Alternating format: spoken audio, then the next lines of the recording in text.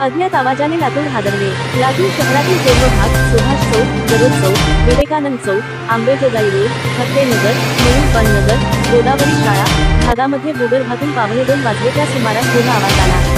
नागरिक घराबाहेर आले, परंतु याची भूकंप मापन केंद्रावर नोंद झाली नसल्याची माहिती प्रशासनाकडून देण्यात आली। लातूर शहरात ऑगस्ट 30 रोजी साधारणपणे दुपारी 1 ते 2 वाजेदरम्यान मोठा आवाज होऊन जमीन हादरल्याची माहिती प्राप्त झाली होती।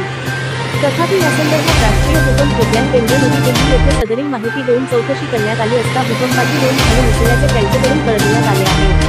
मागील 3 तासाचा सिस्मोलॉजिकल डेटा तपासण्यात आला असल्याचे त्यांनी कळवले आहे। लातूर शहर व जिल्हावासियांनी घाबरू नये, अफवांवर विश्वास करू नये, असे आवाहन जिल्हा आपत्ती व्यवस्थापन प्राधिकरण, जिल्हाधिकारी कार्यालय लातूर यांच्या वतीने करण्यात आले आहे। मी महादेवनगर गरुड चौक या भागातील रहिवासी आहे। 2 वाजताच्या सुमारास या ठिकाणी एक मोठा आवाज आला।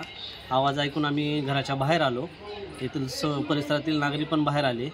हा आवाज कशाचा होता काही माहिती नाही, परंतु मोठा आवाज आल्याचं असं जाणवलं। परिसरातील नागरिक भीतीदायक वातावरण असल्यामुळं जमले होते।